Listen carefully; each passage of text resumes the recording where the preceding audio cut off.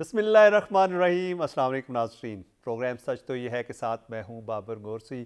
بات کریں گے پاکستان کی معاشی صورتحال کے حوالے سے۔ تو اس وقت آپ دیکھیں کہ پاکستان میں جو سب سے بڑا مسئلہ ہے وہ معاشی عدم استحکام ہے، اور اس کی بنیادی وجہ سیاسی عدم استحکام ہے، اور ان کو ہماری جو پولیٹیکل لیڈرشپ ہے وہی ٹھیک کر سکتی ہے۔ اور اس وقت پاکستان میں جو اگر ہم شماریات کی بات کریں، معاشی اشاریوں کی بات کریں، تو اس وقت جو ہیں وہ کوئی اچھے نہیں ہیں۔ انڈیکیٹر جتنے بھی ہیں وہ نیگیٹو میں جا رہے ہیں، اور اس وقت پاکستان کو تمام یہ کوششیں کرنے کی ضرورت ہے کہ کسی طریقے کے ساتھ پاکستان کو اکنامک سٹیبلٹی کی طرف لے کر جایا جا سکے، اور اس کے لیے حکومت کو بھی اور اپوزیشن کو بھی اور تمام لوگوں کو، جتنے بھی سٹیک ہولڈرز ہیں، مل کر کام کرنا پڑے گا۔ اگر ہم آج پاکستان کی معیشت کی بات کریں تو پاکستان میں جو افراط زر ہے اس میں اضافہ ہوا ہے۔ اس کے ساتھ ساتھ آپ دیکھیں گے FBR میں ریفارمز کی ضرورت ہیں، اور ساتھ ساتھ یہ بھی آپ دیکھ سکتے ہیں کہ بہت سے جو ہمارے بیوروکریٹس ہیں وہ بھی ہرڈلز کرتے ہیں کہ کسی طرح اکانومی جو ہے وہ بہتر نہ ہو سکے۔ ہماری جو پبلک انٹرپرائزز ہیں اس کے حوالے سے پاکستان بہت سے جو حکومت ہے بہت سے پیسے دے رہی ہے، ان میں اربوں روپے جو ہیں ڈوب جاتے ہیں، اس کا کوئی پرسان حال نہیں ہے۔ وہاں پر بھی پرائیویٹائزیشن کی ضرورت ہے۔ تو دنیا کی جتنی اکانومیز نے ترقی کی ہے اس کی بنیادی وجہ یہ ہوتی ہے کہ حکومتیں جو ہیں وہ حکومتیں چلاتی ہیں، ان کا کام ریفارمز کرنا ہوتا ہے، ان کا کام پالیسیز بنانا ہوتا ہے، ان کا کام رولز اینڈ ریگولیشنز بنانا ہوتا ہے، اور جو بزنس کمیونٹی ہے وہ بزنس سے چلاتی ہے۔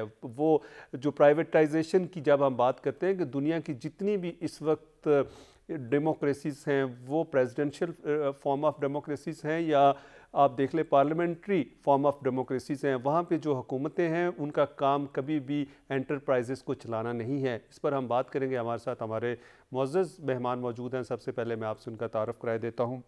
ہمارے ساتھ ہارون شریف صاحب موجود ہیں، سابق وزیر مملکت ہیں، ہمارے معاشیات ہیں۔ سر آپ کا بہت شکریہ، آپ نے ہمیں ٹائم دیا۔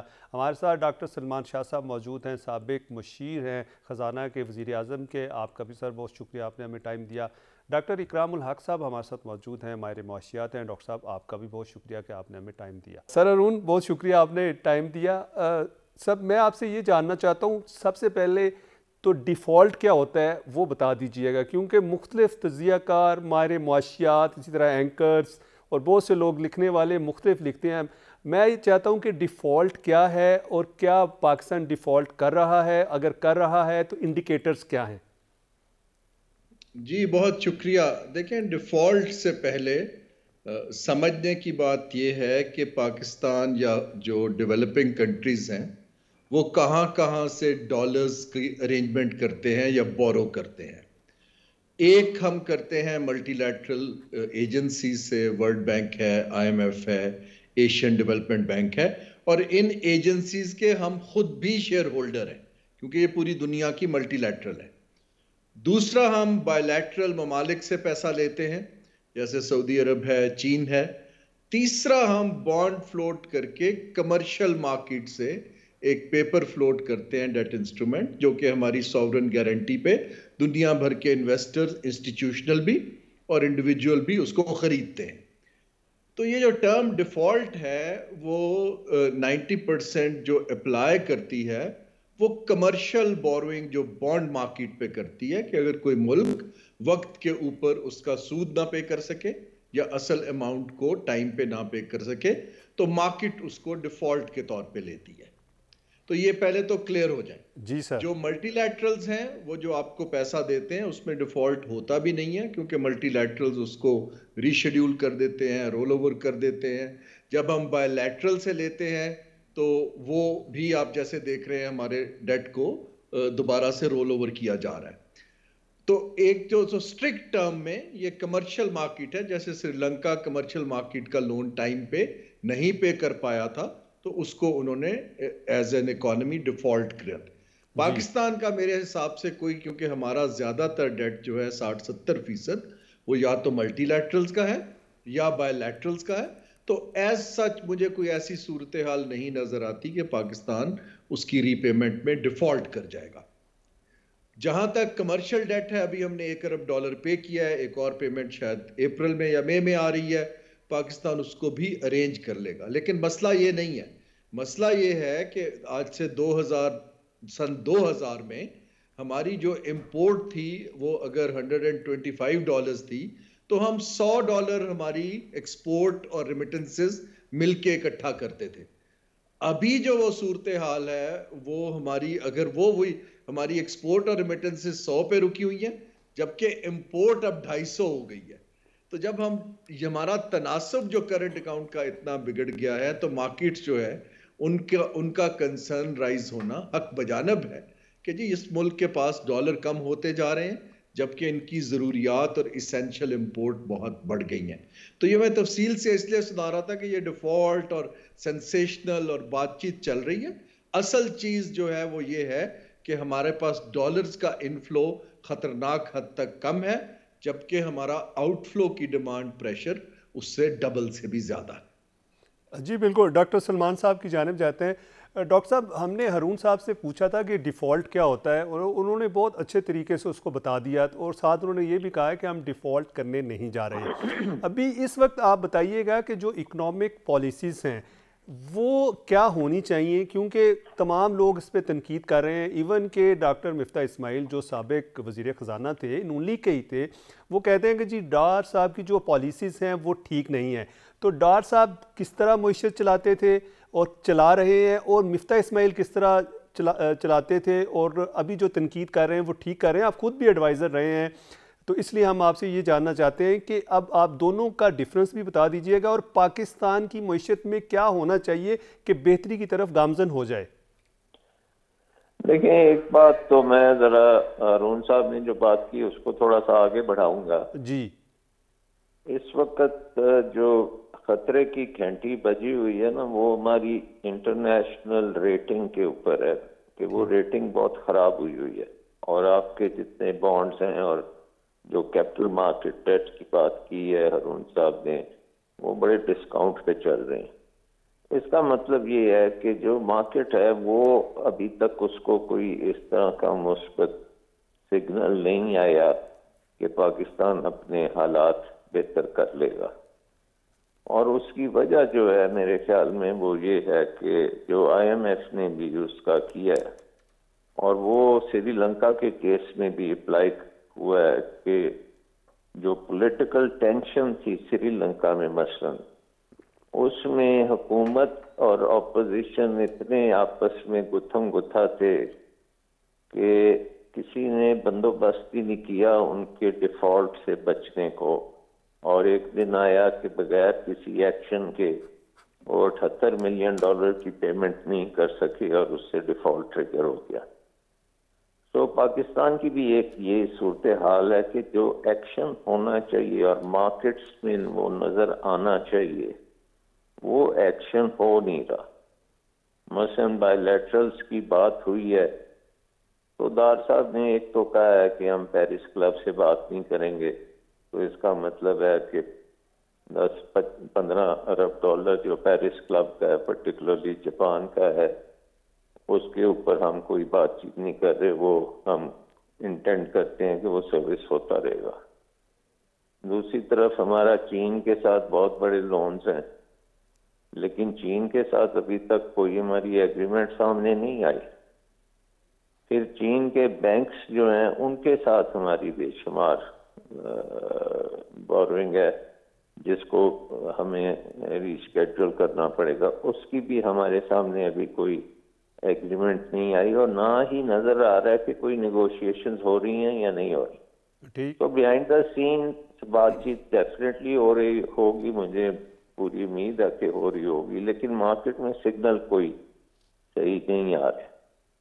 اب جو آپ نے بات کی کہ ہمیں اب کرنا کیا چاہیے, ایک تو یہ بہت ضروری ہے کہ ہمارے سگنل جو ہیں یہ صحیح ہونے چاہیے جس میں آئی ایم ایف کے پروگرام کو پوری طرح سے بحال ہونا چاہیے ان لیٹر اینڈ اسپرٹ, جس میں پھر آپ کی جو پیمنٹس وغیرہ ڈیو ہو رہی ہیں وہ نظر آئے کہ وہ گیپ سارے پر ہو گئے ہیں. پھر چین اور دوسرے ممالک جہاں سے بائی لیٹرل ڈیٹ آپ نے لیا ہوا ہے اور ہمیں پتہ ہے کہ وہ ہم سروس اب بغیر اسے ری شیڈیول کیے نہیں کر سکیں گے تو وہ سامنے ایگریمنٹ آ جانی چاہیے. ٹھیک. اور سب سے امپورٹنٹ چیز ہے کہ ہماری پولیٹیکل جو اس وقت چل رہی ہے کشمکش، اس میں بھی ایک ڈائریکشن آنی چاہیے کہ اب یہ ہم اس ڈگر پہ چلیں گے اور الٹیمیٹلی ایک صاف شفاف الیکشن ہو جائیں گے اور کام صحیح طریقے سے ہوتا جائے گا. یہ تو آپ کو امیڈیٹ چیزیں کرنی ہیں. دوسری جو ہیں وہ ذرا میڈیم ٹرم میں ہے، اور اس میں سب سے بڑا جو ہے خطرہ وہ ہماری بجلی کا نظام ہے، کیونکہ بجلی کا نظام ہمارا امپورٹڈ فیولز کے اوپر بن چکا ہے، اور امپورٹڈ ہی اس کی کیپیسٹی پیمنٹس بھی ہیں، وہ بھی ڈالرز میں ہیں، بل بھی ڈالرز میں ہے، اور وہ اتنے مہنگی بجلی بن رہی ہے کہ ہماری انڈسٹری اور ہماری جو پبلک ہے وہ اس کو افورڈ ہی نہیں کر سکتی. اور وہ اس کا سرکولر ٹیکس جو ہے وہ بڑھتا چلا جائے. اور ابھی ہم نے دیکھا کہ کوئی حکومت جو ہے ابھی تک اس مسئلے پہ ہاتھ نہیں ڈال رہی، اور آئی ایم ایف کو بڑا زور لگانا پڑتا ہے کہ وہ ٹارگٹس کو پورا کیا جائے. تو بجلی کے نظام کے ساتھ ساتھ ہم نے اب اپنے ملک میں ایک نارمل سی کی طرف جانے کے لیے ہمیں فوکس انویسٹمنٹ کے اوپر کرنے کی بہت ضرورت ہے. اور جو سی پیک کی بھی انویسٹمنٹس آتی ہیں ان کو بھی ہم اکنامکلی وائبل سسٹینیبل بنائیں اور صحیح طریقے سے کریں، ضائع نہ کریں. جی سر. اچھا جی. اور اس کے لیے آپ کو بہت سے اپنے ریگولیٹری انوائرمنٹ کو چینج کرنا پڑے گا، ڈی ریگولیٹ کرنا پڑے گا. اچھا سر، اس میں ہم آپ سے بالکل بات جاری رکھیں گے. ہارون صاحب، نوکر شاہی جو ہے جی اس کا رول آپ کو بہت کم کرنا پڑے گا. جی سر، آپ کی جانب واپس آتے ہیں. سائز کم کرنا پڑے گا. جی، ہارون صاحب کو بھی اس میں شامل کر لیں. ہارون صاحب، ایک تو یہ بتائیے گا کہ جس طرح آپ نے دیکھا ہے کہ ڈاکٹر صاحب نے 2-3 چیزیں گنوا دی ہیں، آپ نے بھی انہی کی طرف اشارہ کیا تھا اور آپ سر ہلا رہے تھے، یعنی کہ ان کی تائید کر رہے تھے. کیا پاکستان کی اس وقت اکانومی کے میں کوئی فائنینشیل پالیسی جو ہے ایگزسٹ کرتی ہے کہ جو بھی حکومت آ جائے وہ اسی کو لے کر چلے گی تاکہ پاکستان کا نظام اچھی طرح چلے گا؟ لیکن ہم نے یہاں دیکھا ہے کہ جو بھی نئی حکومت آتی ہے وہ اپنی پالیسیز بناتی ہیں. کیا واقعی کوئی فائنینشیل ایسی پالیسی ہے کہ جو 10 سال کے لیے، 20 سال کے لیے یا 30 سال کے لیے جس طرح پلاننگ کی جاتی ہے دنیا میں، اس طرح کی ہے کوئی؟ آپ خود بھی منسٹر رہے. اور دوسرا یہ بھی ساتھ بتا دیجئے گا کہ پولیٹیکل انسٹیبلٹی کا جو معاشی جو کہ اکنامک انسٹیبلٹی ہے اس کے ساتھ کتنا تعلق ہے؟ جی، یہ جو پہلی بات ہے انسٹیبلٹی سے میں شروع کرتا ہوں. جی، مارکیٹس جو ہیں، اگر آپ کی پولیٹیکل ٹینشن اور پولرائزیشن بہت ہائی ہو تو مارکیٹس جو ہیں وہ انویسٹرز اپنا پیسہ ہولڈ کر لیتے ہیں. خاص طور پہ ہمارے جیسی اکانومیز میں جہاں ادارے کمزور ہوتے ہیں اور انڈیویجولز جو ہیں وہ اپنا پالیسی ڈائریکشن، پالیسی تو نہیں لیکن اپنی وہ ایک سمت متعین کرتے ہیں آپریشنل. اس سے یہ ہوتا ہے کہ جو انویسٹر ہے وہ دیکھتا ہے کہ جی کل کو یہ تو بدل جائیں گے، تو میں ویٹ کرتا ہوں کہ جب تھوڑی سی سرٹنٹی آئے گی تو اس وقت اگر میرا ایکسپینشن پلان ہے یا کچھ ہے تو میں اس وقت لے جاؤں گا. سو مارکیٹ جو ہے وہ بالکل یہ جو ٹینشنز ہیں وہ نیگیٹو ہیں، اور ہمارا رسک پریمیم بڑھتا جا رہا ہے کیونکہ ان کے پاس 4-5 ملکوں کی آپشن ہوتی ہے. وہ کمبوڈیا جا سکتے ہیں، ویتنام جا سکتے ہیں، بنگلہ دیش جا سکتے ہیں.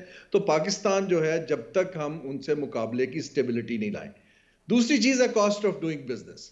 جب آپ کسی ملک میں جاتے ہیں تو آپ کا ایڈوانٹیج ہوتا ہے کاسٹ آف ڈوئنگ بزنس. ہمارا cost of in put cost میں جو انرجی کی کاسٹ ہے وہ ورثم ہے کیونکہ وہ ایکسپینسو فیول پہ ہے جس کا بھی ذکر ہو رہا ہے. تو اس کے اوپر بھی جب تک ہم اس کو کمپیٹیٹو نہیں کریں گے، اب سبسڈیز دینے کے تو پیسے اتنے حکومت کے پاس نہیں ہیں اور ڈیٹ ہمارا اس میں بڑھتا چلا جا رہا ہے. تو یہ 2 چیزیں ہیں. لیکن جو آپ نے بات کی ہے میڈیم ٹرم پالیسیز کی، دیکھیں ابھی تو ہم آئی ایم ایف کا جو پروگرام ہوتا ہے وہ ایک شارٹ ٹرم آپ کو سٹیبلائزیشن یا فکسز کا پروگرام ہوتا ہے.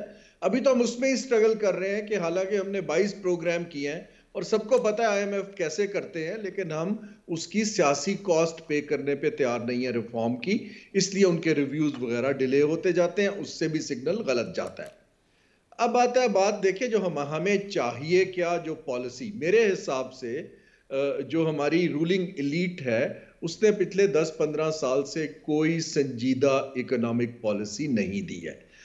ابھی بھی یہ جو چارٹر آف اکانومی کا ذکر ہوتا ہے، میں اکثر اپنے سیاسی کولیگ سے پی ایم ایل این سے پوچھتا ہوں کہ بھی وہ چارٹر مجھے دکھائیں تو صحیح ہے کدھر. لیکن اگر ڈیبیٹ کرنا ہے تو آپ ایک پالیسی پیپر ٹیبل پہ تو رکھیں. تو یہ سب چیزیں ابھی ہوا میں ہیں. ہماری جو بیوروکریسی ہے اس میں صلاحیت کا فقدان ہے، وہ بھی اشارے لیتے ہیں سیاسی سٹیبلٹی سے. 2-3 پالیسیز بہت کرٹیکل ہیں. ایک policy cost of doing business کی، خاص طور پہ انرجی کی کاسٹ سے لنکڈ کر کے. ایک پالیسی ہماری کہ ہماری جو انڈسٹریل کمپیٹیٹیونیس کہاں ہے. دیکھیں نا، یہ جو ہمارا ایکسپورٹ نہیں ہو پا رہا، ہم کمپیٹیٹیو بھی نہیں ہیں. اور ابھی میں اگر آپ نمبرز دیکھیں پاکستان کی جو ایسٹ کلاس ہوتی ہے کہ لوگ دیکھیں لوکل لوگ انویسٹ کر رہے ہیں، لیکن وہ کہاں کر رہے ہیں؟ 80% ریئل اسٹیٹ میں کر رہے ہیں. باقی جو ہیں وہ سونا خریدتے ہیں یا ڈالر خریدتے ہیں. یہ بتاتا ہے کہ ریئل سیکٹر کی کوئی پالیسی ہے نہیں انسینٹیوز کی کہ جس پہ لوگوں کو اعتبار ہو اور وہ ریئل سیکٹر میں انویسٹ کریں. ہماری ضرورت ہے کہ ہم نے نوکری کریٹ کرنی ہے. تقریباً 25 لاکھ ینگ جو انٹرنٹ ہے لیبر مارکیٹ میں ہر سال آ رہا ہے. دوسری ہماری ریکوائرمنٹ یہ ہے کہ ہم نے ایکسپورٹ ڈبل کرنی ہے. یہ تو بالکل سیدھی، اس میں کوئی آپ کو کوئی بہت بڑا اکانومسٹ نہیں چاہیے. ہماری ساری پالیسیز ان ترجیحات سے الائن ہونے کی ضرورت ہے.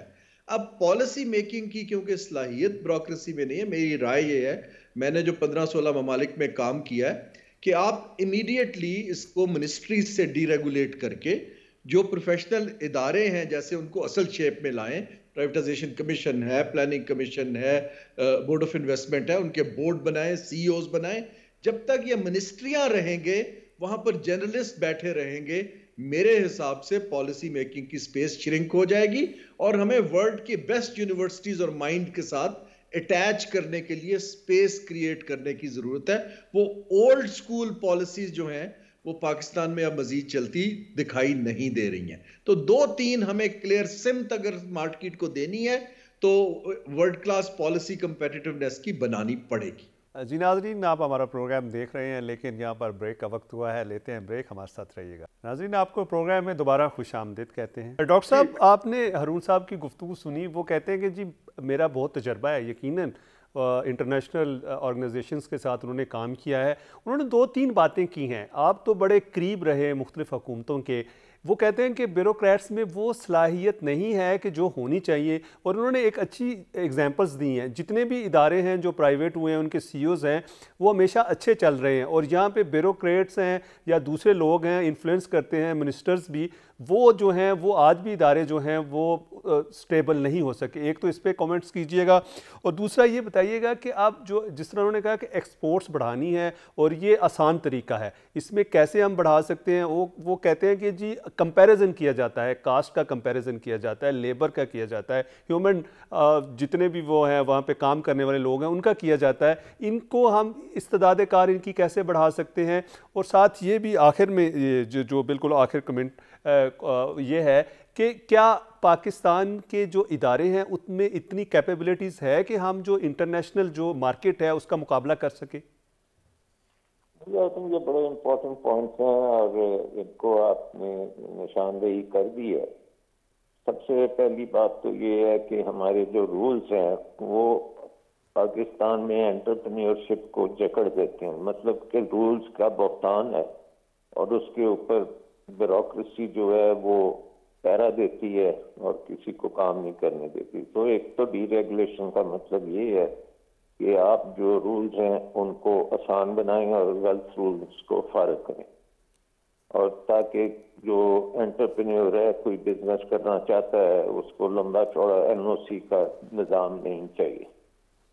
دوسری چیز یہ ہے کہ آپ کو پرائیویٹائزیشن کرنی بہت ضروری ہے، کیونکہ آپ نے ایک دنیا کو سگنل دینا ہے کہ آپ کی ترجیحات کیا ہیں.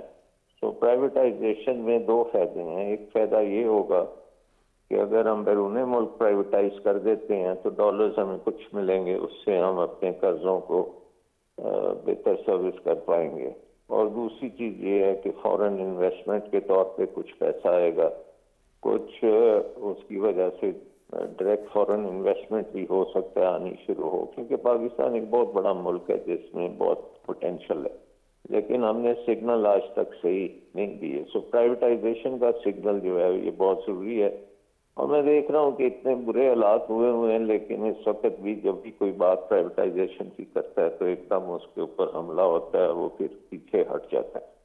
تو آئی تھنک کہ یہ پولیٹیکلی ہمیں پرائیویٹائزیشن کو کرنا چاہیے, پلیٹیبل کرنا چاہیے کہ جو بھی آئے وہ پرائیویٹائزیشن ضرور کرے, ڈی ریگولیشن ضرور کرے.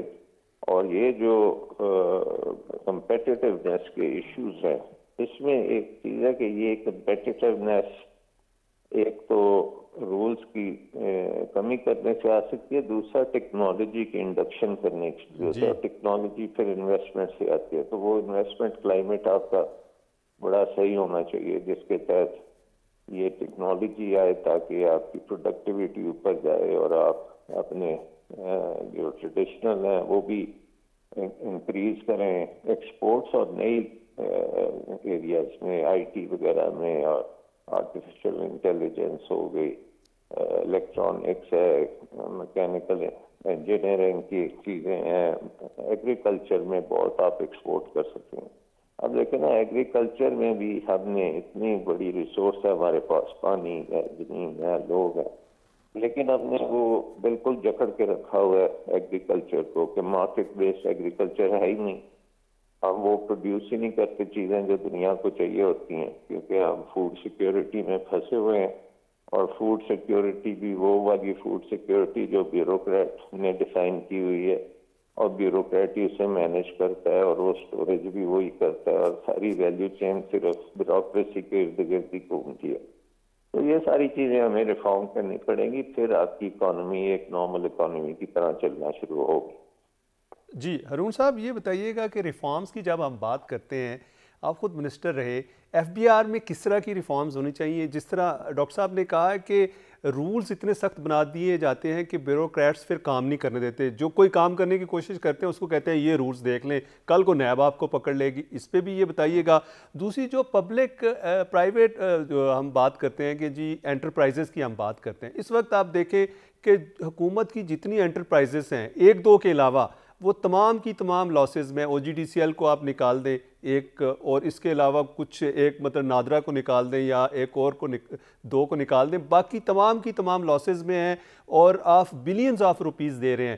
تو پرائیویٹائز کیوں نہیں ہونے دیا جاتا؟ دنیا میں جتنی بھی یہ پبلک انٹرپرائزز ہیں وہ بزنس کمیونٹی چلاتی ہے, وہ بزنس مین چلاتے ہیں, اور حکومتیں جو ہیں حکومتوں کا کام کرتی ہیں. اس میں کیا ہرڈلز ہیں, اور کیا آپ سمجھتے ہیں کہ یہ جو پبلک انٹرپرائزز کو ہم پرائیویٹ نہیں کر رہے تو حکومت کے اوپر یہ بھی برڈن ہے؟ اور اگر جب پرائیویٹ ہو جاتی ہیں, جس طرح بہت سی ایگزامپلز ہیں, جس طرح آپ نے دیکھا ہے بینکس جو ہیں پرائیویٹ کر دیے تو آج وہ پروفٹ میں ہیں, اگر پاکستان کے پاس ہی ہوتے, گورنمنٹ کے پاس ہوتے تو ان کی حالت آپ کے سامنے ہونی تھی. جی دیکھیں, کچھ چیزیں تو بڑی کلیئر ہیں. ایک تو یہ ہے کہ جو ہمارے رولرز ہیں اور ہمارے جو بیوروکریٹس ہیں ان کا ایک کرونی گٹھ جوڑ ہے, کیونکہ وہ ان ایسٹس کو اپنے ہاتھ سے جانے نہیں دینا چاہتے. کیونکہ اس سے سب ہم اس کو کہتے ہیں کہ ایک پیٹرنیج کا کلچر ہے. انہوں نے اپنے بندوں کو بھرتی کرنا ہے, وہاں سے پرکس لینے ہیں, گاڑیاں لینی ہیں, ان کے بورڈز پر بیٹھنا ہے. تو اب اس کو توڑنے کے لیے تو یہ ایک سیاسی ڈیسیشن ہے کہ جی ہمارے پاس اب پیسے بھی نہیں ہیں, اور آیا حکومت کا کام یہ کمپنیاں چلانا ہے جو کہ آپ نہیں چلا پا رہے, یا آپ کا کام حکومت چلانا ہے جو آپ وہ بھی نہیں چلا پا رہے. تو آپ کم از کم ایک کام تو مارکیٹ کو کرنے دیں. تو پرائیویٹائزیشن اس لیے ضروری ہے. اب وہ کیوں نہیں ہو پا رہی؟ دیکھیں جی, ہم نے چیزوں کو بہت کمپلیکیٹ کر لیا. There is too much government in ایوری تھنگ. جب میں حکومت کے ساتھ تھا, میں سی پیک کا کاؤنٹر پارٹ منسٹر تھا انڈسٹریل کوآپریشن کے لیے, جو میں ایم او یو چین کے ساتھ 24 گھنٹے میں اگری کرتا تھا, ہماری کیبنٹ کے اندر اور ہماری منسٹریوں اور لا منسٹری میں گھوم پھر کے وہ مجھے 3 سے 6 ماہ میں یہاں ویٹ کر کے ملتا تھا. ہم نے کام کو خود کمپلیکیٹ کیا ہوا ہے. اور ایکچوئل ریفارم یہ نہیں ہوتی کہ آپ نئے نئے قوانین بنائیں, ریفارم یہ ہوتی ہے کہ آپ قوانین کو سادہ کیجئے. تو پہلی چیز تو یہ ہے کہ یہ جو ایک کلچر این او سی کا گھسا ہوا ہے ہمارے دماغ میں, ہمیں بہت سی چیزیں ڈی ریگولیٹ سینٹرل گورنمنٹ سے کر دینی چاہیے. ان اینی کیس پاور صوبوں کے پاس ہے, بلکہ اس سے بھی نیچے. تیسرا یہ ہے کہ ٹیکنالوجی کے تھرو لوگوں کو دفتر آنا ہی نہیں چاہیے. ایف بی آر تبھی ٹھیک ہو سکتا ہے کہ اگر آپ اس کو ٹیکنالوجی کے تھرو، میں 8-10 سال یو کے میں کام کرتا رہا ہوں، آج تک ہم نے کسی دفتر کی شکل نہیں دیکھی تھی، کبھی کوئی فارم نہیں لیا تھا، سب کچھ ہم آن لائن فائل کر دیتے تھے، کام بھی ہو جاتا. یہ جو ہیومن ٹچ ہے اس کو کٹ کرنا سب سے بڑی ریفارم ہے. اس سے آپ کا پیسہ بھی بچتا ہے، کرپشن بھی بچتی ہے، اور لوگوں کو سہولت بھی ہو جاتی ہے. تو یہاں تک اس وقت جو میں دیکھ رہا ہوں جی، سیاست جس طرف جا رہی ہے، میرا نہیں خیال کہ پاکستان کے اندر کوئی بھی اس وقت ریفارم مائنڈڈ اپروچ مجھے نظر آ رہی ہے جس سے ہم اکانومی کا ڈھانچہ بدل سکیں. دیکھیں ہمارا ایشو اکانومی کا جو اس وقت سٹرکچر ہے وہ ہماری پاپولیشن کو، ہماری ایکسپورٹ بیس کو، ہماری کمپیٹیٹیونیس کو سپورٹ نہیں کرتا ہے. جب میں 35 سال کی جی ڈی پی گروتھ دیکھتا ہوں تو وہ ایک ڈکلائننگ ٹرینڈ پر ہے ایٹ این ایوریج، اور ایوریج 4% سے کم ہے. ہماری ضرورت کنسسٹنٹ 7% پلس ہے. تو جب تک وہ ڈھانچہ نہیں بدلا جائے گا، جب تک ہم نالج پروڈکٹس کی طرف نہیں جائیں گے، لیکن اس کے لیے ہمیں ونر پک کرنے پڑیں گے، اور جو سبسڈیز اور پیٹنیج پہ چل رہی ہیں انڈسٹریز، ان کا وہ ٹیپ بند کرنا پڑے گا. اب یہ ایک سیاسی فیصلہ ہے جو میرا نہیں خیال کہ یہ حکومت یا ایون پی ٹی آئی کی حکومت کر پائی. اس کو ہمیں بات کرنے کی بھی ضرورت ہے اور اس کو پش کرنے کی بھی ضرورت ہے. جیسے ڈاکٹر صاحب نے کہا، جب تک آپ ان ایسٹس کو بیچ کر باہر سے پیسہ نہیں لائیں گے، ہم مزید ڈیٹ میں پھنستے جائیں گے، اور آلریڈی ہمارا ڈیٹ ٹریپ جو ہے وہ ریڈ لائن پہ آ چکا ہے. تو میری عرض یہ ہے کہ ریفارم ہمیں یہ کرنی چاہیے کہ سینٹرلائزیشن ختم کریں، این او سی کا کلچر ختم کریں. ابھی تک تو ہم آئی ڈی کارڈ کو بھی جی وہ ٹیسٹ کرانے جاتے ہیں. جی جسٹ بالکل. Get rid of these things تاکہ لوگوں کی زندگی آسان ہو. اس دن میں پائٹ کی رپورٹ دیکھ رہا تھا کہ اگر کسی نے فارمیسی کھولنی ہو تو ان کو 21 این او سی چاہیے.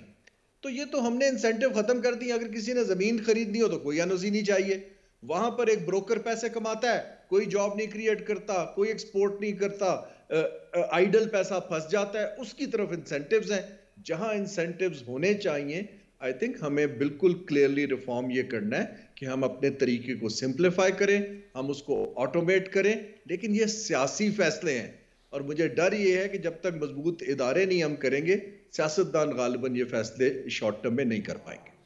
اچھا بالکل ارون صاحب، آپ نے صحیح بات کی ہے کہ جب تک سیاستدان کچھ انیشیٹو نہیں لیں گے تو ظاہر ہے لیڈرشپ تو انہی کی ہوتی ہے، تب تک ہم نہیں کر سکتے. بیوروکریٹس میں تو یقیناً جو ہے جو under the leadership of minister یا اسٹیٹ منسٹر کے کام کرنا ہوتا ہے. جی ارون صاحب، آپ کچھ کہنا چاہ رہے تھے. میں کہہ رہا تھا کہ سگنل اس طرح جائے گا کہ آپ پہلے اپنی گورنمنٹ کا سائز فیڈرل گورنمنٹ کا چھوٹا کریں جس کی ضرورت نہیں ہے. بے تحاشا اتھارٹیز بنی ہوئی ہیں. مثلا پرائیویٹائزیشن کمیشن نے 5 سال میں ایک لاہور کا سروسز انٹرنیشنل ہوٹل بیچا. جی آئی ایم شیور کہ اگر ہم آپ سے کہتے آپ بھی اس کو بیچ لیتے یا اچھا ہی بیچ لیتے. تو اب صورتحال اس وقت یہ ہے کہ ہمیں پروفیشنلز کو یہ ادارے دے دینے چاہیے. اور دوسری میں کہہ رہا ہوں کہ حکومت کو سگنل یہ دینے کی ضرورت ہے کہ وہ اپنا اخراجات کم کر کے دکھائے اور لوگوں کو نظر آئے. تو پھر لوگ بھی بیلٹ ٹائٹن کریں گے. اگر ان کو نظر ہو کہ یہ خود تو پرکس پہ پرکس بڑھائی جا رہے ہیں، اپنی تنخواہیں بھی بڑھائی جا رہے ہیں، اور سارا کچھ ہم سے ایکسٹریکٹ کر رہے ہیں، پھر ممالک کے اندر ریفارم نہیں ہوتی. جی ممالک. اچھا ڈاکٹر صاحب یہ بتائیے گا کہ آپ کو اگلے 4-5 مہینے میں کوئی پازیٹیو انڈیکیٹر نظر آتے ہیں پاکستان کی معیشت میں؟ کہیں پہ پازیٹیوٹی آپ دیکھ رہے ہوں کہ ایک مہینے کے بعد انڈسٹریل سیکٹر میں، جس طرح آپ نے ایگریکلچر سیکٹر کی بات کی، آئی ٹی سیکٹر کی بات کی، اسی طرح انرجی سیکٹر کی بات کی، سی پیک کے حوالے سے کوئی نظر آتی ہیں چیزیں؟ اور جس طرح آپ نے کہا کہ پولیٹیکل انسٹیبلٹی ہے، تو پولیٹیکل انسٹیبلٹی کے ہوتے ہوئے پازیٹیو انڈیکیٹر کو مطلب مان لینا یا ازیوم کر لینا، ایسا ہو سکتا ہے؟ ویل آئی تھنک یہ ذرا اس کے اوپر کوئی آپ کہہ نہیں سکتے. موسٹ پرابلی نہیں ہو سکتا، لیکن اگر چاہیں تو ہو بھی سکتا ہے. وہ کیسے سر؟ بات یہ ہے کہ ایک تو آپ کو اگر جانا ہی ہے الیکشن کی طرف تو ہر پولیٹیکل پارٹی کو اپنا مینیفیسٹو بنانا پڑے گا کہ یہ جو آج ہم نے باتیں کی ہیں ان کے اوپر ان کی کیا پالیسی ہوگی. اور ان کے مینیفیسٹوز کو بڑی اچھی طرح سے ہمیں ایویلیویٹ بھی کرنا پڑے گا. میڈیا پہ آئے پتہ لگے کہ وہ کریں گے کیا. اور اس کے بعد جب وہ حکومت میں آتے ہیں تو ایک اگر اسٹرانگ حکومت آ گئی تو پھر اس کو وہ سارے کام کرنے پڑیں گے جو میرے خیال میں اگر ان کو میجورٹی ملتی ہے اچھی اور کوئی کولیشن کی ضرورت نہیں پڑتی تو پھر اگر نیت ٹھیک ہوگی تو یہ ہم اگلے 5 سال میں بہت سے کام کر سکیں گے. لیکن شرط یہ ہے کہ پہلے اپنی آپ تھنکنگ کو کلیئر کر کے آئیں. انفارچونیٹلی ہماری جو پولیٹیکل پارٹیز ہیں ان میں اکنامک تھنک ٹینکس اس طرح سے نہیں ہیں اور نہ ہی ان میں ان کو امپورٹنس دی جاتی ہے اور مینیفیسٹو جو ہے وہ بنتا ہے زبانی اور زبانی کاروائی اس پہ ہوتی ہے اور امپلیمنٹیشن کا جب وقت آتا ہے تو کوئی ریفارمز وغیرہ نہیں ہو پاتی. تو یہ ہمیں اب چینج کرنا پڑے گا. آئی تھنک اس کے لیے آپ کو بڑی اسٹرانگ لیڈرشپ چاہیے, بڑا پختہ آپ کے پاس پلان ہونا چاہیے, ایک اچھی ٹیم ہونی چاہیے اور ٹارگٹ کر کے یہ کام کرنے پڑیں گے کہ اس تاریخ تک آپ نے یہ کام کر کے جو ہم ریفارمز کر رہے ہیں وہ مکمل کر لینی ہے. اور اس میں IMF کا پروگرام بھی شامل ہو, اس میں پرائیویٹائزیشن بھی شامل ہو, اس میں ڈی ریگولیشن بھی شامل ہو, اس میں قانون جو آپ نے سمپلیفائی کرنے ہیں وہ بھی ہوں. تو یہ ساری چیزیں اب آ جانی چاہیے. مطلب اب ہم کھیل نہیں سکتے اکانومی کے ساتھ, وہ چیپٹر اب ہمارا ختم ہو چکا ہے. جی اچھا بالکل. اچھا ارون شریف صاحب, آخر میں آپ سے یہ جاننا چاہیں گے, ڈاکٹر صاحب نے کہا ہے کہ ہماری جو پولیٹیکل جتنی بھی پارٹیز ہیں ان میں جو ہے مینیفیسٹو میں جو اکنامک تھنک ٹینک کی کوئی بات نہیں ہے. سب سے زیادہ باتیں صرف کی جاتی ہیں ٹی وی پہ آ کے, الیکٹرانک میڈیا پہ, سوشل میڈیا پہ, پارٹی کی جو اجلاس ہوتے ہیں اس میں کی جاتی ہیں. تو کیا اب یہ وقت نہیں آ گیا کہ اس وقت تو سب سے زیادہ جو ضرورت ہے پاکستان کو وہ معاشی حالات کو بہتر کرنے کی ہے؟ تو آپ سمجھتے ہیں کہ اس طرح کے جو تھنک ٹینک ہیں وہ ان کو بنانا شروع کر دینا چاہیے یا آلریڈی ایگزسٹ کرتے ہیں ان کی پرفارمنس کو چیک کرنا چاہیے, انٹرنیشنل لوگوں کو لینا چاہیے, جو ایکسپرٹس ہیں ان کو لینا چاہیے, اسٹوڈنٹس کو اس میں شامل کرنا چاہیے, تمام شعبے کے لوگوں کو شامل کرنا چاہیے تاکہ پاکستان کے جو حالات ہیں وہ بہتر ہو سکیں؟ اور آپ تو PTI میں ہیں, یہاں پہ بات سنی جاتی ہے, دوسری پولیٹیکل پارٹیز میں تو لوگ کہتے ہیں کہ جی چلیں یہ تو ان کی پارٹیز ہیں, جی نواز شریف ہے تو فیملیز پارٹیز ان کو کہا جاتا ہے, پیپلز پارٹی کو فیملیز پارٹی کہا جاتا ہے, تو PTI میں تو ایسی بات نہیں ہے. جی دیکھیں, مسئلہ اس وقت کسی پرٹیکولر پارٹی کا نہیں ہے انکلوڈنگ PTI. ٹھیک, یہ جو ایک تسل چل رہی ہے پاور کی, اس کے اندر party as an institution develop نہیں ہوئی ہے. ٹھیک, دیکھیں کوئی بھی پارٹی, چاہے PTI ہو چاہے PMLN وغیرہ, تو بہت پرانی ہے اس لیے ہم ان کو زیادہ بلیم کر سکتے ہیں. لیکن آپ بالکل ٹھیک کہہ رہے ہیں. دیکھیں آپ کو ٹی وی کے ٹاک شو پہ جو بھی کسی پارٹی سے صاحب آئیں یا صاحبہ آئیں, آپ کا سوال یہ ہونا چاہیے جی کہ آپ کی بتائیے اکنامک ترجیحات کیا ہیں, وہ کاغذ کہاں ہیں, ہم لیٹس ڈیبیٹ آن دیٹ. یس, یہ جو ہوا میں باتیں ہیں ایویڈنس کے بغیر, اس کے اوپر اب بات ختم ہونی چاہیے. ٹھیک, اور اگر نہیں کسی کے پاس ہے تو آپ کو اس کو نیم اینڈ شیم کرنا چاہیے. بالکل, جی آپ کا گیم پلان کیا ہے. جو اپوزیشن ہوتی ہے وہ ہمیشہ وائٹ پیپر لکھتی ہے کیونکہ they are government in waiting کہ جی اگر یہ ہم نے ریوائیو کرنا ہے تو ہمارا یہ گیم پلان ہے. جی, اور وہ انفارچونیٹلی ابھی تک مجھے PTI سے بھی نہیں نظر آ رہا. جو یہ حکومت بیٹھی ہے اس کو, جیسے میں نے عرض کیا کہ اگر آپ کے 14 پارٹیوں کی آپ کی کولیشن ہے تو آپ پہلے اپنے چارٹر کے اوپر خود تو ایگری کر لیجیے اور اس چارٹر کو پھر ٹیبل پہ رکھیں تاکہ ہم سارے دیکھیں اور ڈیبیٹ کریں. صحیح بات. ایک تو ایز این انسٹیٹیوشن ہماری پولیٹیکل پارٹیز بہت کمزور ہیں. آن ٹاپ آف دیٹ ہماری بیوروکریسی کے انسٹیٹیوشن بھی کمزور ہیں. اس لیے میں کہہ رہا ہوں کہ جو 2-3 ترجیحات ہیں, دیکھیے جب ہم نے کام کرنا ہوتا ہے تو ہم کوئی جگاڑ یا طریقہ نکالتے ہیں. دیکھیں ہم نے جب ہمارے اوپر جس وقت کووڈ کا اٹیک ہوا ہے, ہم نے NCOC بنایا اور آپ دیکھیں ہم نے احسن طریقے سے اس کو ہینڈل کر لیا. ہمیں چاہیے کہ سٹیک ہولڈرز کو, اگر پاور سیکٹر پرائرٹی ہے, اگر ایکسپورٹ کمپیٹیٹیونیس ہے, ہم 3 یا 4 سے زیادہ ترجیحات نہ رکھیں. ہمارے بس میں نہیں ہے سب کچھ کرنا, اور وہاں پر ایکسپرٹس کے لیے سپیس کریٹ کریں اور اسی ٹیبل پہ اپوزیشن بھی بیٹھے, آپ کے فوج کا نمائندہ بھی بیٹھے, آپ کی رولنگ پارٹی بھی بیٹھے, اور ہم بیٹھ کے شیئرڈ فیصلے کریں تاکہ وہ فیصلے دنیا کو سسٹین ہوتے دکھائی دیں. لیکن تھنکنگ جو ہے پارٹی کے اندر سے, ہر پارٹی میں اکنامک 3-4 جو کی سیکٹرز ہیں, میکرو اکانومی ہے, IMF کو ڈیل کرنا ہے, زرعی ہے, اس کے لیڈ لوگ ہونے چاہیے. ہمیں پتا ہو کہ اس پارٹی میں ان صاحب سے یہ بات کرنی ہے. ایسے دنیا میں پھر آگے تھنکنگ بڑھتی ہے. جی ہارون شریف صاحب آپ کا بہت شکریہ کہ آپ نے ہمیں ٹائم دیا. ڈاکٹر سلمان شاہ صاحب آپ کا بہت شکریہ کہ آپ نے ہمیں ٹائم دیا. جی ناظرین آپ نے ہمارے مہمانوں کی گفتگو سنی. انہوں نے کہا کہ جب بھی کوئی پولیٹیکل پارٹی ہو تو اس کے مینیفیسٹو میں جو ہے اکنامک تھنک ٹینک کا ہونا بہت ضروری ہے. اگر وہ نہیں ہوگا تو پاکستان جو اس وقت معاشی حالات میں گرا ہوا ہے اس سے نہیں نکل سکتا. لیکن ناظرین یہاں پر بریک کا وقت ہوا ہے, لیتے ہیں بریک, ہمارے ساتھ رہیے. جی ناظرین آپ کو پروگرام میں دوبارہ خوش آمدید کہتے ہیں. آج ہم بات کر رہے ہیں پاکستان کی معاشی صورتحال کے حوالے سے. ہمارے ساتھ ڈاکٹر اکرام الحق صاحب موجود ہیں, ماہر معاشیات ہیں. ڈاکٹر صاحب آپ کا بہت شکریہ کہ آپ نے ہمیں ٹائم دیا. ڈاکٹر صاحب میں آپ سے یہ جاننا چاہوں گا کہ آج کوئی اخبار دیکھ لیں, آپ کوئی ٹی وی چینل کو آن کر کے دیکھنا شروع کر دیں, آپ کہیں پہ کوئی آرٹیکل پڑھنا شروع کر دیں, کوئی بک پڑھنا شروع کر دیں, کوئی دنیا کا کوئی ٹی وی چینل, تو اس پہ آج کل پاکستان کے بارے میں ایک ہی بات ہو رہی ہے کہ جی پاکستان ڈیفالٹ کرنے جا رہا ہے, پاکستان ڈیفالٹ کر گیا ہے. مختلف پارٹیز کے جو لیڈرز ہیں وہ مختلف سٹیٹمنٹس دیتے ہیں. آپ بتائیے گا کہ پاکستان واقعی ڈیفالٹ کر چکا ہے؟ اگر کر چکا ہے تو پھر حکومت کو کیا کرنا چاہیے, اور اگر نہیں کر چکا تو جو سٹیٹمنٹس دے رہے ہیں لوگ ان کے لیے آپ کیا کہنا چاہیں گے؟ جی میں یہ عرض کرنا چاہوں گا کہ سب سے بڑی بدقسمتی ہماری یہ ہے کہ ہمارے ہاں جو سیاستدان ہیں وہ عام طور پر اپنے جب بھی بیانات دیتے ہیں تو اس میں سنجیدگی کا مظاہرہ نہیں کرتے ہیں.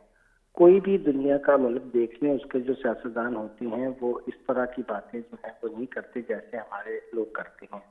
یعنی ایک دوسرے کو گالی گلوچ کا کلچر تو باہر کیسے ہم نے اپنی زندگی میں پہلی دفعہ دیکھا, ایسا نہیں تھا کبھی پاکستان میں. مگر غیر ذمہ دارانہ جو معیشت کے بارے میں ہوتی ہے وہ اور بھی زیادہ تکلیف دہ ہے. پاکستان کبھی بھی سوورن ڈیفالٹ نہیں کیا اور نہ ہی الحمدللہ آگے کرے گا, کیونکہ اس کی وجہ یہ ہے کہ جو ہمارے زیادہ بائی لیٹرل لون ہیں, یعنی کہ جو دو ملکوں کے درمیان ہوتے ہیں, وہ زیادہ سعودی عربیہ سے ہیں, چین سے ہیں اور امریکہ سے. اور یہ تینوں ملک کبھی بھی پاکستان کو ڈیفالٹ کرنے کی پوزیشن میں نہیں لے کر آئیں گے.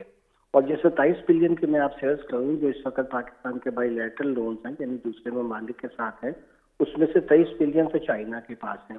اب چائنا نے 300-400 بلین کا ایک پروگرام بنایا جسے ہم روڈ اینڈ بیلٹ انیشیٹو کہتے ہیں, اور اس کے اندر سی پیک فلیگ اسٹارٹنگ پہلا بہت اہم مرحلہ ہے. تو کیا چائنا چاہے گا کہ وہ امریکہ کو ایک بالکل کھلا راستہ دے اور یہاں وہ اپنا جو اتنا بڑا انہوں نے دنیا کے اندر انیشیٹو لیا ہے وہ ناکام ہو جائے؟ تو ظاہر ہے چین کبھی بھی یہ 23 بلین کے لیے پاکستان کو ہمیشہ کوئی نہ کوئی چھوٹ دیتا رہے گا. اور جہاں تک سعودی عربیہ کا تعلق ہے اس سے ہمارے بڑے خصوصی تعلقات ہیں. آپ نے دیکھا ڈار صاحب نے 3 بلین کے علاوہ ان سے اور بھی 3 بلین کی خواہش کا اظہار کیا ہے ڈالرز کی, اور وہ بھی انشاءاللہ تعالی جلد آ جائیں گے. اور امریکہ بھی اپنے ساری ہمارے ان کے ساتھ تعلقات میں جتنی بھی چڑھاؤ, چاہے کبھی بہت اونچے لیول پہ ہمارے اچھے رہے ہیں, کبھی نیچے, یعنی یہ جو مختلف قسم کا چڑھاؤ اتار اس میں آتا رہتا ہے, اس میں بھی ان کے انٹرسٹ ایسے نہیں ہے کہ وہ پاکستان کو ڈیفالٹ کے, اور وہ اتنا بڑا لون ان کا ہے بھی نہیں. تو میں عرض یہ کر رہا تھا کہ سوورن ڈیفالٹ تو پاکستان نے نہ کبھی کیا ہے اور نہ کرے گا. اب آ جاتے ہیں کچھ انٹرنیشنل جو ہمارے کمرشل لونز ہیں, اسکول بانڈز ہیں, یورو بانڈز ہیں, تو وہ 1 بلین کی پیمنٹ ہم نے کر دی ہے, اور آنے والے دنوں میں ہمارے, میں بتا دوں 2023 میں کوئی کمرشل پیمنٹ ڈیو نہیں ہے. تو اس لیے یہ کہنا کہ کوئی فوری ایمیننٹ ڈیفالٹ کا چانس ہے تو یہ بالکل بے بنیاد بات ہے. جو بھی یہ بات کرتا ہے وہ میں آپ کو حقیقی طور پر جو حقائق کی بنیاد پر, میں کسی سیاسی بنیاد پر نہیں کہہ رہا, حقائق کی بنیاد پر کہہ رہا ہوں کہ ایسا ممکن نہیں ہے. لیکن یہ ساری باتیں کرنے کے باوجود ہم یہ نہیں کہہ سکے کہ پاکستان کے بیرونی جو ہماری ادائیگیاں ہیں وہ بہت کم ہیں اور ہمارے پاس اس کے ریسورسز ہیں.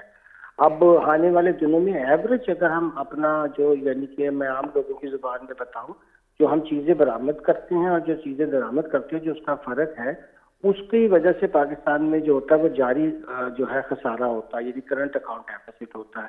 وہ ہمارا کچھ تو ریمیٹنسز سے پورا ہو جاتا ہے اور کچھ جو ہے وہ ہمیں پورا کرنا پڑتا ہے. اس کے اوپر آپ نے دیکھا حکومت نے سختی کی ہے تاکہ یہ کرنٹ اکاؤنٹ ڈیفیسٹ نیچے آ جائے. تو اگر ہم یہ زیرو بھی کر دیں تو 20 ارب ڈالر کی ہماری پھر بھی جو ہے وہ اوبلیگیشنز ہیں. میں نے لیکن عرض کیا جیسے اس میں بائی لیٹرل ہیں اور کمرشل اتنی نہیں ہے کہ ہمیں کوئی ڈیفالٹ کا خطرہ ہو. مگر اس کا ہرگز مطلب یہ نہیں ہے کہ ہم یہ بھی کہیں کہ حکومتیں جتنی بھی رہی ہیں انہوں نے کچھ ذمہ داری کا احساس کیا ہے, کیونکہ پاکستان کو قرضوں کے بوجھ کی طرف لے جانے میں اور ایک ایسا مرحلہ آنے میں جہاں ہم اپنے جتنے بھی محصولات ہیں اس کا بڑا حصہ جو ہے وہ صرف سود کی ادائیگی میں ادا کرتے ہیں، اور قرضے دینے کے لیے واپس ہمیں مزید قرضے لینے پڑتے ہیں. اسے جو ہماری ٹرم میں ڈیٹ ٹریپ کہتے ہیں، یعنی قرضوں کا جال، اور جس میں بندہ دلدل میں پھنس جاتا ہے، قرضوں کی دلدل کہہ لیں آپ. تو یہ تو پاکستان کا بہت بڑا مسئلہ ہے، اور ہمارے بجٹ کے اندر جو ہمارا مالیاتی خسارہ ہے اس کا بڑا حصہ جو ہے وہ آپ سمجھیے کہ سود کی ادائیگی ہے. یعنی میں آپ کو عرض کروں کہ اس وقت 3.5 ٹریلین یعنی کہ خرب روپیہ ہم صرف سود میں دیتے ہیں، جبکہ ہماری دفاع کا بجٹ جو ہے وہ صرف 1.67 یعنی کہ بلین سے زیادہ نہیں ہے. تو دیکھا جائے تو جو لوگ پہلے ڈیفنس کو کرٹیسائز کرتے تھے وہ اس کا خرچہ تو اب ہماری سود سے بہت کم ہے. تو یہ سود کی ادائیگیوں سے بچنے کے لیے پاکستان کو اپنی معیشت کو جو ہے بڑھانا پڑے گا. اچھا ڈاکٹر صاحب، آپ نے بڑے اچھے طریقے سے تمام چیزیں جو ہیں بتائی ہیں. اب ہم آپ سے یہ جاننا چاہیں گے کہ انفلیشن کی ہم بات کرتے ہیں، مہنگائی کی، اور ایک تو یہ بتائیے گا کہ جو انفلیشن ہے اس کی وجہ کیا ہے اور وہ کیسے کیوں بڑھی اتنی، اور جو عام آدمی ہے اس کی زندگی پر اس کے کیا اثرات ہیں، اور ان چیزوں سے ہم نکل کیسے سکتے ہیں؟ یہ بہت اچھا سوال آپ نے کیا. معیشت عوام کے لیے ہوتی ہے، عوام معیشت کے لیے نہیں ہوتے. معیشت کا مقصد کہ عوام کی زندگی میں سہولت پیدا کرنا ہے، ملک کی خوشحالی اور ترقی ہے، لوگوں کے لیے بنیادی سہولتوں کے علاوہ ان کی زندگی کو بہتر بنانا ہوتا ہے. اب انفلیشن جو ہے یعنی مہنگائی یا جسے افراط زر کہتے ہیں، اس کو ہماری ٹرم میں یہ سمجھا جاتا ہے کہ یہ ٹیکسیشن ود آؤٹ لیجسلیشن، یعنی کہ یہ ایسے محصولات ہیں جس کے لیے آپ کو کوئی لا کی بھی ضرورت نہیں ہے. یعنی اس کا مطلب یہ ہوا کہ اس کے ذریعے جو عوام کی جیب سے پیسہ جو ہے نکل کر کہیں اور چلا جاتا ہے. ظاہر ہے کہ اگر کوئی تو پیسہ بنا رہا ہوتا ہے جب افراط زر ہوتا ہے. اگر ایک چیز آپ کو پہلے 10 روپے کی مل رہی تھی اور اب 20 کی مل رہی ہے تو آپ کے جیب سے تو 10 روپے گئے، لیکن جو 20 کما رہا ہے وہ بھی تو کوئی نہ کوئی ہوگا نا. تو یہ سوچنا چاہیے کہ افراط زر ہوتا کیوں ہے. آپ نے بڑا اچھا سوال کیا. افراط زر کی دو بڑی بنیادی وجوہات ہیں. ایک تو کہتے ہیں کہ یہ ڈیمانڈ جو ہے وہ پش ہوتا ہے، اور ایک ہوتا ہے کہ یہ جو ہے ڈیمانڈ ڈریون ہوتا ہے. اب یہ جو ہمارے ہاں ہے، اگر تو آپ کے پاس زیادہ پیسہ اور کم چیزیں ہوں تو پھر ظاہر ہے کہ چیزوں کی قیمتیں بڑھتی ہیں. ظاہر جب کسی چیز کی رسد جو ہے وہ کم ہو، بات آ جائے جی ہاں، تو ظاہر ہے کہ جب رسد و طلب میں بہت فرق ہوتا ہے تو قیمتیں بڑھتی ہیں. یعنی کہ ہمارے پاس پیسہ تو بہت ہو مگر چیزیں کم ہوں تو ظاہر ہے کہ وہ افراط زر کی شکل پیدا ہوتی ہے. اور یہ عام طور پر ہوتی ہے جب ہمارا سپلائی چین یعنی کہ جو ہماری چیزیں پیدا کرنے کی صلاحیت ہے، چاہے وہ باہر سے ہم امپورٹ کریں یا ہم اندرونی پیدا کر رہے ہیں، وہ کم ہو جاتی ہے. اب آپ نے دیکھا جب یہ روس کی اور یوکرین کی لڑائی شروع ہوئی تو بہت سی دنیا میں جو سپلائی چینز تھی وہ ڈسٹرب ہوئی اور چیزیں قیمتوں کے اوپر گئی، جس میں تیل کی قیمتوں کا اوپر جانا بھی. کیونکہ پاکستان بہت زیادہ چیزیں درآمد کرتا ہے، ہماری بجلی بھی زیادہ تر درآمدی تیل سے ہوتی ہے. تو جب بھی ہمارے ہاں تیل مہنگا ہوتا ہے تو ہمارے ہاں دوسری چیزیں بھی مہنگی ہوتی ہیں. تو یہ سمجھیے کہ ہمارے ہاں یہ اس طرح کی یہ افراط زر کی صورت ہے، یہ ہم اس کو پش کرتے ہیں خود، یعنی کہ اس کو بڑھاتے ہیں. یہ نہیں کہ وہ چیزوں کی طلب کی وجہ سے بڑھتی ہے، بلکہ وہ یہ ہے کہ ہم اس کو ہم خود بڑھاتے ہیں. پھر جیسے ہم ٹیکسز بہت زیادہ لگاتے ہیں جب چیزیں امپورٹ ہوتی ہیں. مثال کے طور پر جو ہمارا فیڈرل بورڈ آف ریونیو ہے اس کے ٹیکسوں کا نظام ایسا ہے کہ وہ 50% سے زیادہ ٹیکس امپورٹ سٹیج پہ اکٹھا کر لیتے ہیں پہلے ہی. ابھی لوگوں نے چیزیں بیچی بھی نہیں ہوتی، سیل ٹیکس لے لیتے ہیں. ابھی کسی نے انکم کمائی بھی نہیں ہوتی، اس سے ایڈوانس انکم ٹیکس لے لیتے ہیں. تو میں اگر تاجر ہوں اور میں نے 100 روپے کی چیز منگوائی اور اس میں 40 روپے مجھے ٹیکسز لگ گئے، تو مجھے تو پہلے ہی پتہ چل گیا کہ میرا جو یہ میں آپ پہ پاس آن کر دوں گا اور آپ کو وہ چیز میں اب سمجھیے کہ 200 کی بیچوں گا. اب ظاہر ہے میں نے اپنے بھی اخراجات پورے کرنے ہیں اور میں نے کچھ اس کے اوپر منافع بھی کمانا ہے. تو یہ جو ہے یہ ہم خود جو ہے افراط زر کو بڑھا رہے ہوتے ہیں. تیسری بڑی وجہ یہ ہوتی ہے کہ جب ہمارا اسٹیٹ بینک جو ہے وہ بہت زیادہ نوٹ چھاپتا ہے تو پھر وہ نوٹ سرکولیشن میں آتا ہے تو لوگوں کے ہاتھ میں زیادہ پیسہ آ جاتا ہے، کریڈٹ آ جاتا ہے، وہ چیزیں خریدنے کی طرف جاتے ہیں اور چیزیں ہم اتنی پیدا نہیں کر رہے ہوتے. پھر ہم جو ہے وہ ایک طرح سے آپ سمجھے کہ افراط زر بڑھا رہے ہوتے ہیں.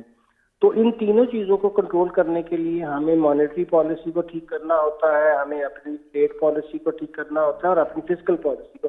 تینوں پالیسیز جو پلر ہوتی ہیں ان کے اندر جب آپ تبدیلیاں مناسب طریقے سے اور ان کے اندر ایک ہم آہنگی پیدا کرتے ہیں. مثال کے طور پہ آپ ٹیکسوں کے نظام کو اس طرح سے استعمال کرتے ہیں کہ لوگ صرف ضرورت کی چیزیں جو ہیں اس کے ہم پہ اوپر ٹیکس کم کر دیں، اور جو ضرورت جو سمجھے لگژری گڈز ہیں یا وہ لوگ جو بڑے بڑے پیسہ رکھتے ہیں اس پہ ہم زیادہ ٹیکس لگا دیں تو ریاست کو یہ فائدہ ہوگا کہ کھانے پینے کی چیزیں تو سستی ہو جائیں گی، اور جو ایسی چیزیں ہیں جو لوگ صرف عیاشی کی وجہ سے استعمال کرتے ہیں یا وہ اس کو افورڈ کر سکتے ہیں، مثلا ٹباکو ہے، آپ کی اور ایسی آئٹمز ہیں، بڑی بڑی مہنگی گاڑیاں ہیں، تو آپ کو اچھا ریونیو بھی مل جائے گا۔ تو فسکل پالیسی کو استعمال کرنا چاہیے as a tool to bring harmony, یعنی کہ میں عام لوگ کے لیے بتاتا ہوں کہ محصولات کے نظام کو اس طرح طے کرنا چاہیے کہ اس سے معاشرے کے اندر غریب لوگوں کے لیے سہولت پیدا ہو اور امیر لوگوں کے سے ہم کچھ بہتر ٹیکس وصول کر سکیں، اور پھر انہیں غریبوں کی فلاح کے لیے اور معاشرے میں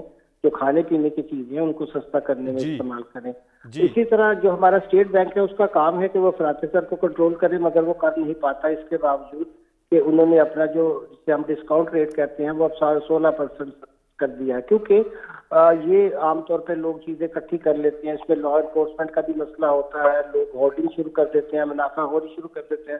تو اسٹیٹ بینک صرف سمجھتا ہے کہ سود کی بڑھا کر ہم کریڈٹ کو روک سکیں گے، مگر ایسا کم ہی ہوتا ہے ہمارے ملکوں میں جہاں مارکیٹس جو ہے وہ پرفیکٹ نہیں ہے، یعنی کہ جہاں مقابلے کا رجحان جو ہے وہ وہاں یہاں منوپلیز ہیں، منافع خوری ہے، یہاں ذخیرہ اندوزی ہے، تو پھر یہ جو پالیسی ہوتی ہے یہ کامیاب نہیں ہوتی۔ یہ تب کامیاب ہوتی ہے جب آپ اس کے ساتھ یہ لا انفورسمنٹ بھی صحیح کر لیں اپنی۔ اگر وہ صوبوں کا زیادہ مسئلہ ہوتا ہے تو ظاہر ہے اسٹیٹ بینک تو ایک وفاقی بینک ہے تو وہ اس کو نہیں کر پاتا ہے۔ جی اس کے باوجود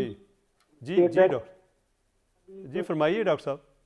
جی اس کے علاوہ میں عرض کر رہا تھا کہ آپ نے دیکھا پچھلے دور میں جب، اور اس سے بھی پچھلے دور میں، اب تو خیر یہ انٹرسٹ ریٹ بہت ہائی ہے، اس کا انٹرسٹ ریٹ ہائی ہونے کا مطلب ہی میں لوگوں کو سمجھا دوں کہ جب اسٹیٹ بینک کوئی ریٹ بناتا ہے تو بینک پھر اس سے 3-4% زیادہ پر ہی قرضے دیتے ہیں، یعنی کریڈٹ شرنک ہو جاتا ہے، ان کا اپنا کریڈٹ شرنک ہو جاتا ہے۔ جی ہاں، تو کریڈٹ شرنک کرنا مسئلہ ہوتا ہے کہ آپ کریڈٹ کو کم کریں تاکہ لوگ زیادہ کھپت نہ کریں، مگر اس سے اکانومی کو نقصان بھی پہنچتا ہے کیونکہ پھر نشو و نما جو ہوتی ہے جی ڈی پی سے گروتھ کہتے ہیں ہم، وہ رک جاتی ہے، شرح نمو جو ہوتی ہے ترقی کی وہ رک جاتی ہے، اور لوگوں کی ملازمتیں نہیں رہتی ہیں اور ان کو نقصان پہنچتا ہے۔ تو افراط زر ایک بہت پیچیدہ مسئلہ نہیں ہے اگر صحیح طریقے سے اپنی ہم تجارتی پالیسی کو، اپنی جو ہماری مالیاتی پالیسی ہے اور جو ہماری مانیٹری پالیسی ہے، اس کو اگر ہم ان تینوں کو اگر ہم درست کر لیں تو اس پہ ہم قابو پا سکتے ہیں۔ جی ڈاکٹر اکرام الحق صاحب، آپ کا بہت شکریہ کہ آپ نے ہمیں ٹائم دیا۔